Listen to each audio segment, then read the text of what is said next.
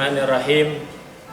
Assalamualaikum warahmatullahi wabarakatuh.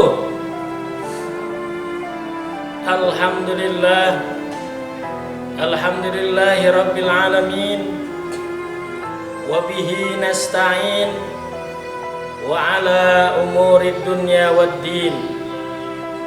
Assalatu wassalamu ala asyrafil anbiya'i wal mursalin, imamil muttaqin, sayyidil gurril muhajjalin, sayyidina wa maulana Muhammadin wa ala alihi wa sahbihi ajma'in, amma ba'du.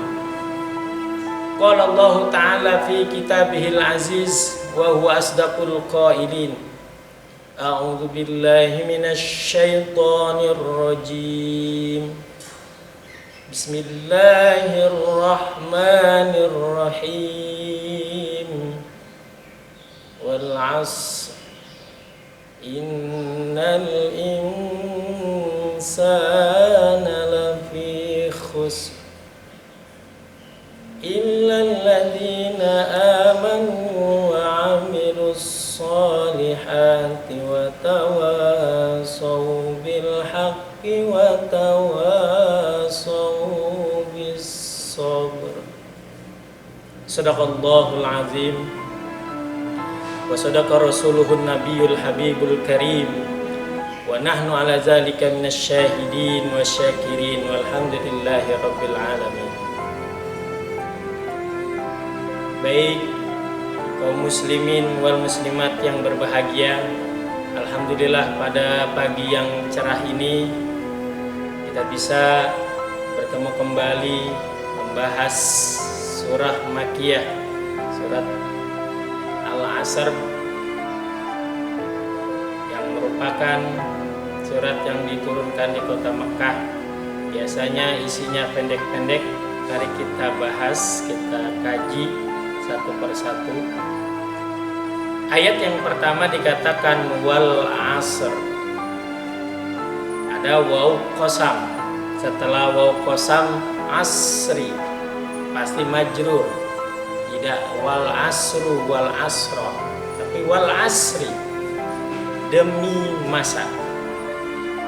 Kenapa Allah Subhanahu wa ta'ala memakai kata-kata masa, waktu?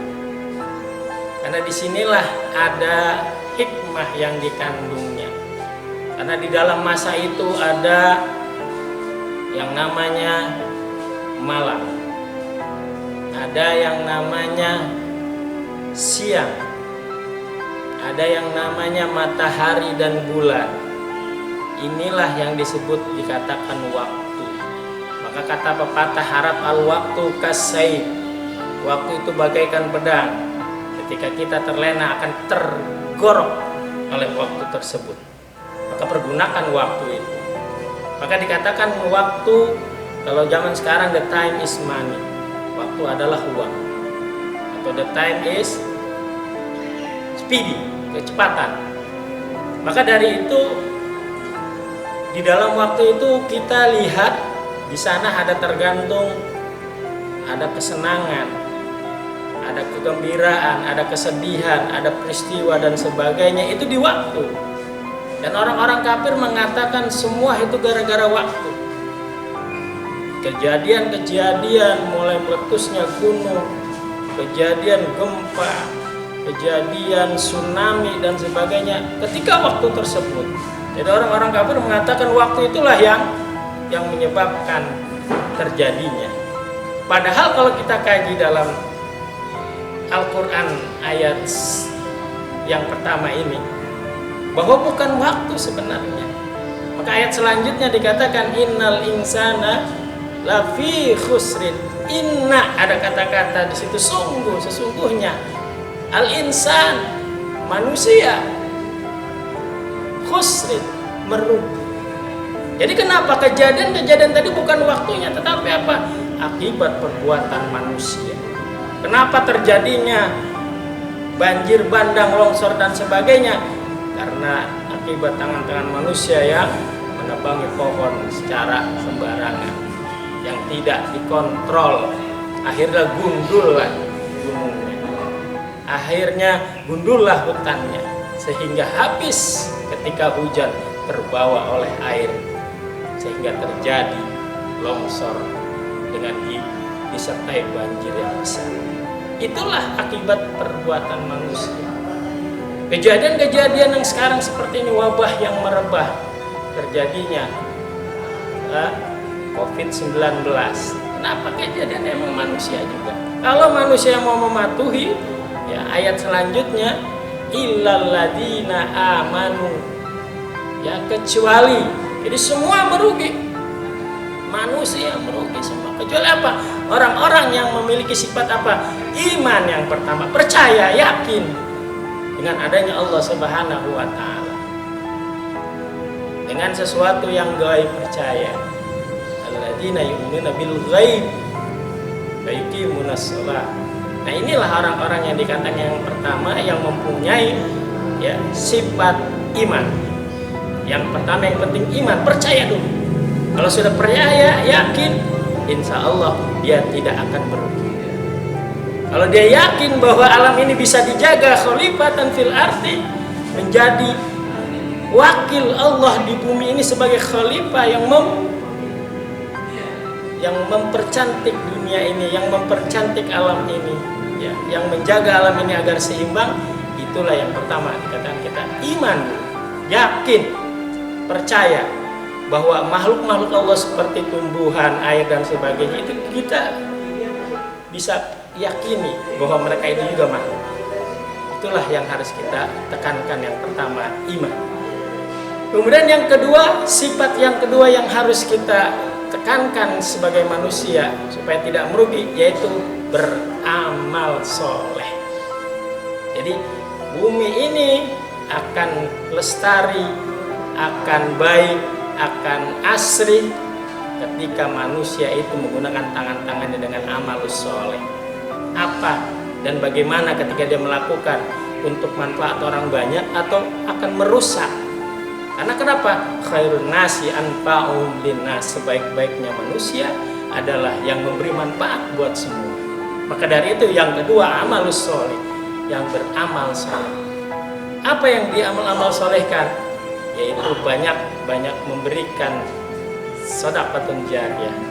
Jariyah membuat kemaslahatan, membuat jalan yang bagus, membuat taman patra yang bagus, membuat pemandangan-pemandangan yang bagus. Untuk apa? Ketika dia sudah meninggal itu akan mengalir terus jariyahnya. Maka dari itu orang-orang yang mempunyai sifat amal soleh inilah yang insya Allah tidak akan merugi di dunia dan di akhirat. Itu yang kedua, sifat dari kajian kita surat Al-Asr. Kemudian yang sifat yang ketiga yang harus kita miliki sebagai manusia supaya kita tidak merugi, ya, dikatakan yang ketiga, watawasau bil haqqi, nasihat menasehati dalam menaati atau melaksanakan kebenaran. Al-haq, ya, banyak yang hak, al-qabru haq, al-mautu haq, gitu. Semua kebenaran harus kita terapkan, harus kita dengungkan, harus kita dakwakan meskipun itu pahit. Kulil haq walau kana mur, sampaikan walaupun itu pahit. Karena kenapa? Disitulah kita untuk menegakkan amal ma'ruf, yang nahi munkar. Disitulah yang dikatakan nilai takwa kita, menjalankan segala perintah Allah dan menjauhi segala apa yang dilarang. Kalau ini sudah tercipta, ini sudah mengakar, akan berbekas dalam dirinya, akan ada dalam dirinya yang tadi amar ma'ruf dan nahi munkar. Yang itu juga merupakan manusia yang tidak akan merugi. Itu yang ketiga.